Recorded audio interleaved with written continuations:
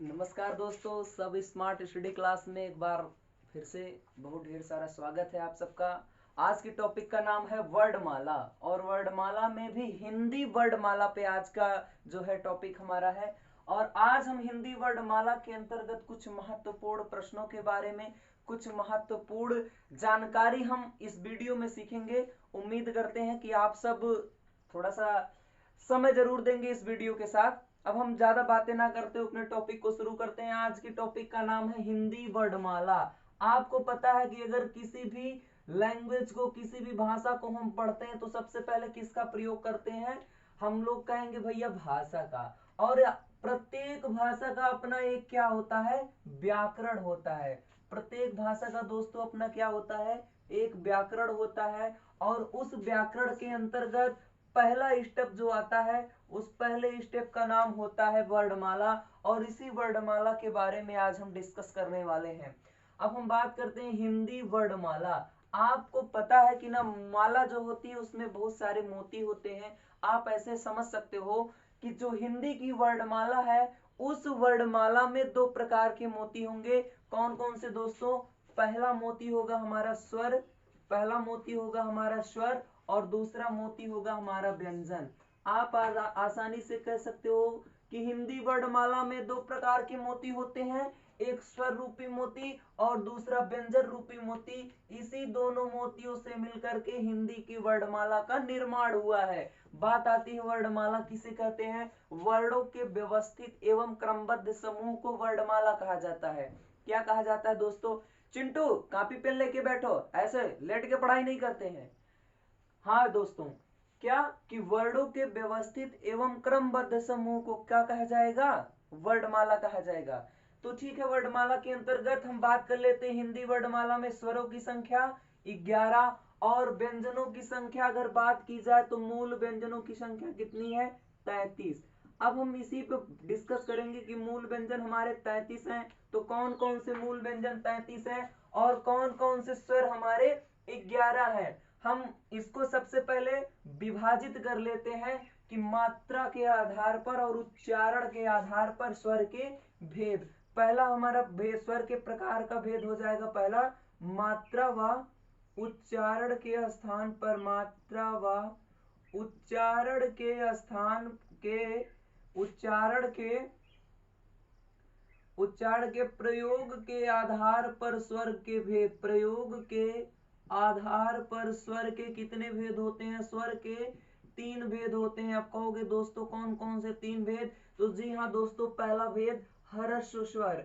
हरस्व स्वर, हरस्व स्वर, हरस्व स्वर को ही दोस्तों एक नाम और दिया जाता है, मूल स्वर। क्या कहा जाता है? मूल स्वर। मूल स्वर की संख्या कितनी है दोस्तों? 4 है। कितनी संख्या है? 4 है। दूसरा हमारा है दीर्घ स्वर। कौन सा स्वर दोस्तों? दीर्घ स्वर। आप एकदम से आसानी से कॉपी पेन के साथ बैठो, ये नहीं कि हम भैया का वीडियो चलाए हैं। मांग बहुत ज्यादा थी आप लोगों की, भैया हिंदी व्याकरण पढ़ा दो। शुरू हो गया है व्याकरण।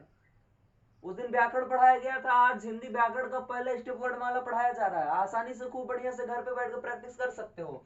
तो स्वर, दीर्घ स्वर को हम एक और नाम देते हैं संयुक्त स्वर। आप यहीं से आपका प्रश्न बनता चला जाएगा। और इस वीडियो में कम से कम 100 क्वेश्चन को हम कवर करने वाले हैं। दीर्घ स्वरों की संख्या कितनी है? 7। और तीसरा स्वर होता है प्लुत स्वर। कौन सा स्वर दोस्तों? प्लुत स्वर। और प्लुत स्वर की संख्या होती है अनफाइनाइट, अनंत होती है। जितने भी हमारे ह्रस्व स्वर हैं सबको प्लुत बनाया जा सकता है उच्चारण करके। कैसे करेंगे उच्चारण, उसकी भी चर्चा हम कर लेते हैं। अब मुख्य रूप से व्यंजनों को हमने कितने भाग में बांट दिया? 3 भाग में बांट दिया। एक एक चीजें स्पष्ट होनी चाहिए, ये नहीं कि भैया हमें समझ में नहीं आया। पहला, स्पर्श व्यंजन। इस 33 को हमने 3 भाग में बांटा। कितने भाग में दोस्तों? 3 भाग में। पहला हमने कहा स्पर्श व्यंजन, दूसरा हमने कहा अंतस्थ व्यंजन, तीसरा हम कहेंगे ऊष्म व्यंजन। कौन सा? ऊष्म व्यंजन। ऊष्म व्यंजन। तो हम बात कर लेते हैं स्पर्श व्यंजन कौन कौन सा होगा। स्पर्श व्यंजन की संख्या ब्रैकेट में लिख लेते हैं 25, अंतस्थ व्यंजन की संख्या 4 और ऊष्म व्यंजन की भी संख्या हम 4 5 लिख लेते हैं। 25 4 4 25 4 4।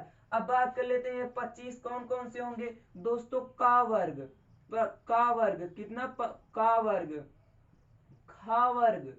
दोस्तों एक एक चीजें कंफर्म होनी चाहिए, खा वर्ग, खा वर्ग नहीं दोस्तों, यहाँ देखिए गलत हो रहा है, चा वर्ग, फिर टा वर्ग, टा वर्ग, फिर ता वर्ग, ता वर्ग दोस्तों, और हमारा आ जाएगा पा वर्ग। रिवीजन बस लास्ट का 2 मिनट आपके लिए सबसे ज्यादा इंपॉर्टेंट होगा, जब हम सारी चीजों को अच्छे से लिख लेंगे। का वर्ग में कौन आएगा, का, खा, गा, घा, अंगा, चा, छा, जा, झा, इया। बहुत सारे लोग कह रहे हो भैया हमको काखा काखा पढ़ा रहे हो, नहीं भैया काखा काखा नहीं पढ़ा रहे हैं आपको, आपको कुछ ऐसे लॉजिक बता रहे हैं जिससे आप आगे चल के अच्छे से तैयारी कर सकते हो।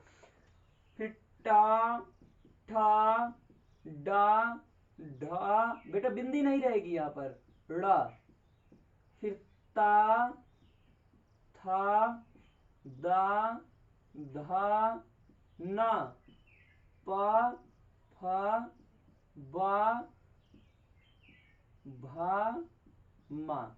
अब आप आसानी से समझ सकते हो कि ये हो गया आपका वर्ग। अब प्रत्येक वर्ग में 5 5 अच्छा, तो 5 5 कितने हो गए आपके, 25 हो गए। बेटा आपको एक चीज ये दिख रहा होगा ना, ये चीज जो दिख रहा है आपको, इसी को कहा जाता है अनुनासिक वर्ड। क्या कहा जाता है, अनुनासिक वर्ड। आपने प्यार से लिख लेना, इसे क्या कहा जाता है, हम यहाँ लिख दे रहे हैं अनुनासिक वर्ड, अनुनासिक वर्ड इसी को कहा जाता है। आप लोग पूरा ध्यान से समझ लेना, कोई कंफर्म, कोई भी जरूर जल्दबाजी नहीं, आराम से पढ़ो, धैर्य से पढ़ो, कॉपी पेन के साथ पढ़ो। अंतस्थ व्यंजनों की संख्या कौन सी है, तो हम लोग कहते थे या, रा, ला, वा। अब हम लोग जल्दी से पढ़ने के लिए जानते हो क्या कहते हैं भैया, यहर लावा, तो यहर लावा नहीं, या, रा, ला, वा। उस व्यंजनों की संख्या आपकी हो जाएगी, तीनों सा हो जाएंगे।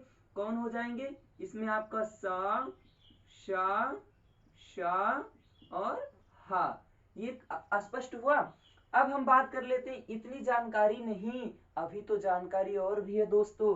अब हम बात कर लेते हैं ह्रस्व स्वर कौन कौन सा है जिसे हम मूल स्वर कहेंगे, तो आप कहोगे छोटा, छोटी ई, छोटा ऊ और री, यही हमारे होते हैं ह्रस्व स्वर। और इसी ह्रस्व स्वर को दोस्तों मूल स्वर कहा जाता है, कई बार पेपर में पूछा गया है। तो मूल स्वरों की संख्या 11 नहीं लगाना है, अब हमें लगाना है 4। मूल स्वरों की संख्या 4, दीर्घ स्वरों की संख्या 7। तुरंत लिखो, बड़ा आ, बड़ी ई, बड़ा उ, ए, आए, ओ, आओ। दोस्तों एक चीज हम तुमको आप सबको और बता देते हैं, ये संयुक्ताक्षर स्वर है। संयुक्त स्वर है तो किससे किससे मिलके कौन बनता है उसको भी हम डिस्कस कर लेते हैं। हम प्लुत स्वर को साफ कर लेते हैं, प्लुत स्वर को हम नीचे लिख लेते हैं। आ किससे बनेगा, आ को बताने की जरूरत नहीं है, ई को बताने की जरूरत नहीं है, ओ को बताने की जरूरत नहीं है, लेकिन इसको बताने की जरूरत है। ये ए जो है किससे बनता है बेटा, यहाँ देखो ध्यान से लिख दे रहे हैं हम, आप आसानी से देख सकते हो। आ प्लस ई मिलके क्या बनेगा आपका, ए बनेगा। और अब बात आ गई ये किससे बनेगा, तो आ प्लस ए मिलके क्या बनेगा आपका, ये बनेगा। अब ओ किससे बनेगा, एक एक चीजें अच्छे से पढ़ लो, नहीं तो बाद में परेशानी सबसे ज्यादा होती चली जाएगी। आ प्लस उ मिलके क्या बनेगा, ये बनेगा। और औ किससे बनेगा, औ किससे बनेगा, तो आपका ये मिलकर किससे बनेगा भैया, आ मिलके बनेगा, और आपका इसमें जब ओ हो जाएगा, औ हो जाएगा। ठीक है, यहां से समझ में आया, यहां से समझ में आया कि नहीं आया। यहां देखो गलत हो गया है दोस्तों,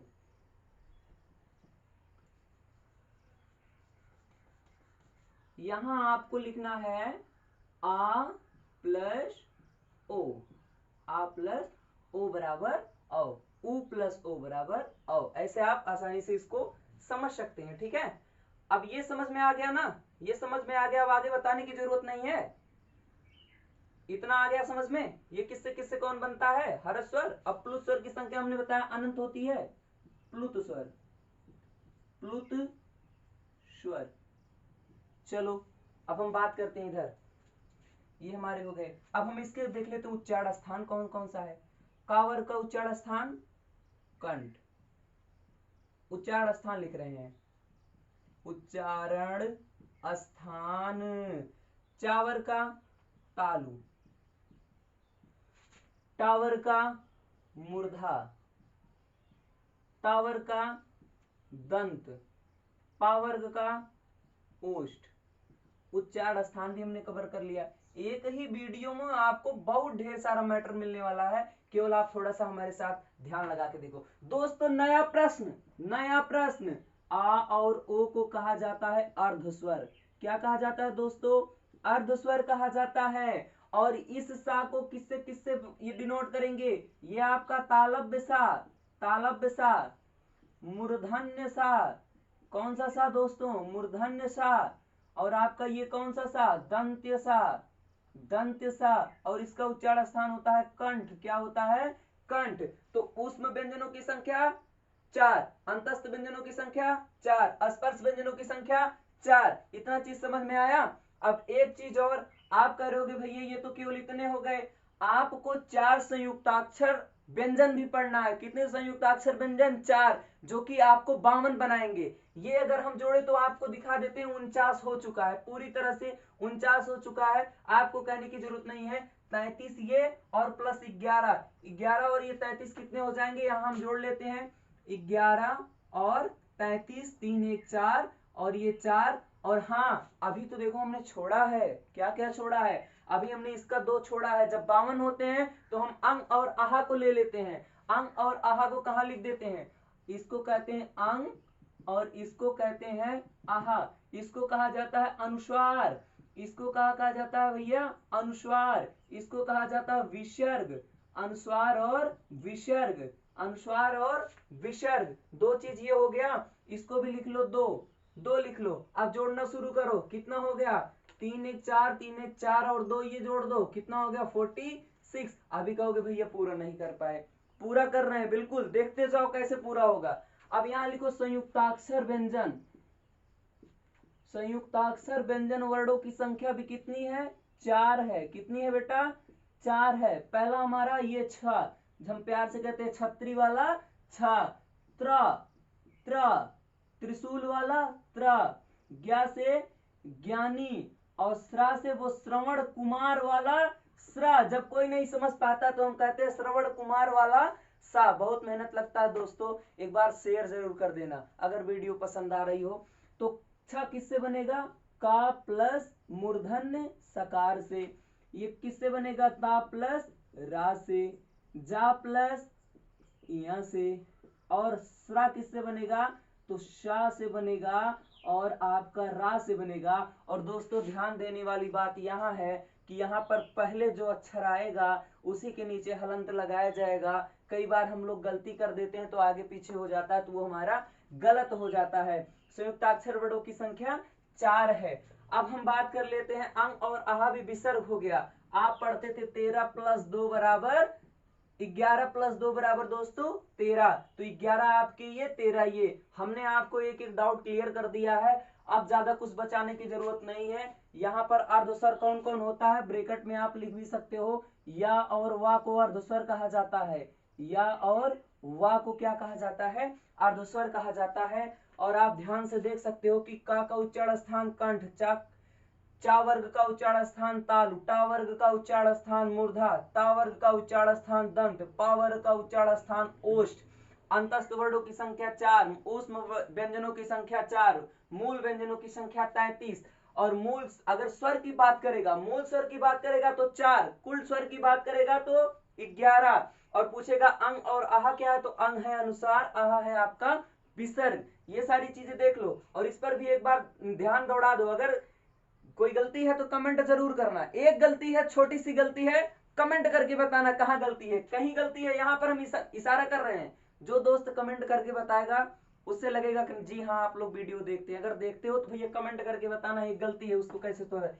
हर्ष स्वर 4, दीर्घ स्वर और संयुक्त स्वर की संख्या 4। तो ये सारी चीजें आपको समझ में आ गई होगी। हम उम्मीद करते हैं कि ऐसे ही आप लोग जो है धैर्य बनाए रखेंगे।